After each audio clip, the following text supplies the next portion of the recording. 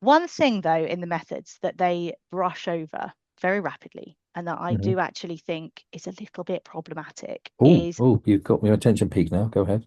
okay, well, it's the question of who did it, Hmm. because this is going to always be the problem with the poo and the sick, unless you Hmm. find the dinosaur or other tetrapods in the process of actually doing the poo. It's going Hmm. to be very, very difficult to identify who actually did it.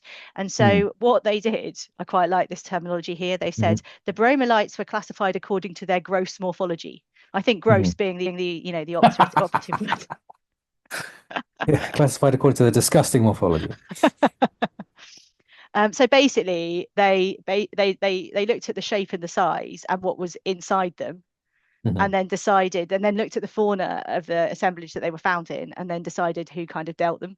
So, Hmm. like, if it's an enormous poo with bone Yeah. in, they went, ah, that must be the large theropod we know from the fauna. He must have done that one.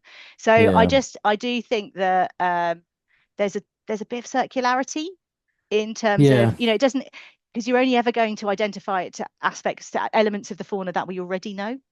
But I hadn't, until you mentioned it, realized the potential circularity there. If this is a big meaty one with bones in it, then it belongs to a meat eater. But that's kind of a difficulty because that's what we're trying to establish with these patterns through time is that we want to know who's doing what and who's eating what. And if we're making those sorts of judgments, also, I guess this is, I get, we're quickly devolving into thinking about poo now, but it's inevitable with this.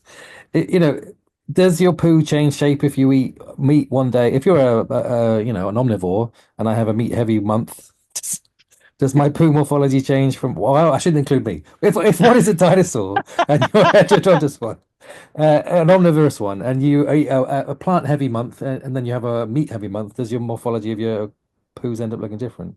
It's a good point. I don't know. I'm Don't not a know. carnivore, so Well, we I could do, couldn't answer that we're question. scientists. We should do some experiments. Oh, you're not a carnivore, right? Well, I should maybe focus this on, this is getting too weird, right? I should stop talking about Let's this. move on, Rob. Move on Okay. rapidly.